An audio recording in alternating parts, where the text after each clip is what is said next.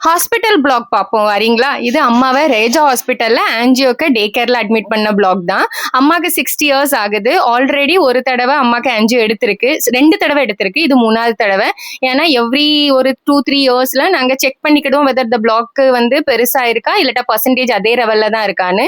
ஏன்னா முன்னாடியே செக் பண்ணிட்டோம்னா பிறவு ப்ராப்ளம் கிடையாது. வரதுக்கு முன்னாடியே எல்லாம் பார்த்துக்கிடலான்ட்டு. அதுக்கு பிறகு அம்மாவை செட்டில் டவுன் பண்ணிட்டு நான் கீழே காஃபி குடிக்க வந்தேன்.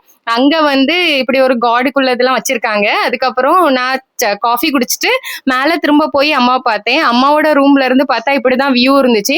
அம்மாவை ஓட்டிக்கு போகிறதுக்கு ரெடி பண்ணிட்டாங்க. அதுக்குள்ள நான் அம்மா ஓட்டிக்கு ரெடியா நிக்காங்க. அம்மாவை வந்து கூட்டிட்டு போகும்போது என்னையும் சேர்ந்து ஓட்டிக்கு கூட்டிட்டு போனாங்க. என்ன வந்து வேற ரூம்ல உட்கார வச்சிருந்தாங்க. அம்மாவை வந்து உள்ள கொண்டு போனாங்க ஓட்டிக்கு. அம்மாக்கு ஆன்ஜியோ நடக்கும்போது நான் அங்க ஸ்கிரீன்ல பார்க்கலாம் அம்மாவோட ஹார்ட்டுக்குள்ளது பிளாக் எவ்வளவு ரேஞ்சில் இருக்கு, எங்கெல்லாம் பிளாக் இருக்கு. அங்க டாக்டர் எனக்கு அனௌன்ஸ் பண்ணிட்டு இருந்தாங்க. அதுக்கு பிறகு அம்மாக்கு வந்து அதே அவங்க டாக்டர் சொன்னாங்க வெரி வெல் மெயின்டைன்டு, நல்லா பார்த்துருக்காங்க, உடம்பு நல்லா குட்டா கிளியர் பண்ணியிருக்காங்கன்னு. வந்த உடனே ஹாஸ்பிட்டல்லே அம்மாக்கு சாப்பாடு கொடுத்துட்டாங்க. வெஜ் பிளேட் கொடுத்தாங்க அம்மாக்கு. இதுதான் சாப்பாடு. அதுக்கப்புறம் என் தம்பி வந்திருந்தான் அவங்கள பாக்கிறதுக்கு.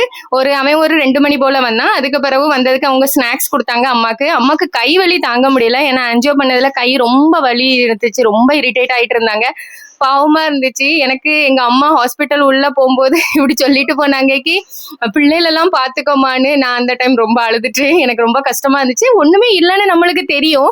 ஆனாலுமே அம்மா அப்படி சொல்லும் போது நம்மளும் கொஞ்சம் வீக்காறது நார்மல் தான். அதுக்கு பிறகு அம்மாவை வந்து ரிப்போர்ட்லாம் தந்துட்டு டாக்டர் சொன்னாங்க நல்லா மெயின்டைன் பண்ணியிருக்காங்க, டென்ஷன் எடுக்காம இருக்க சொல்லுங்கன்னு.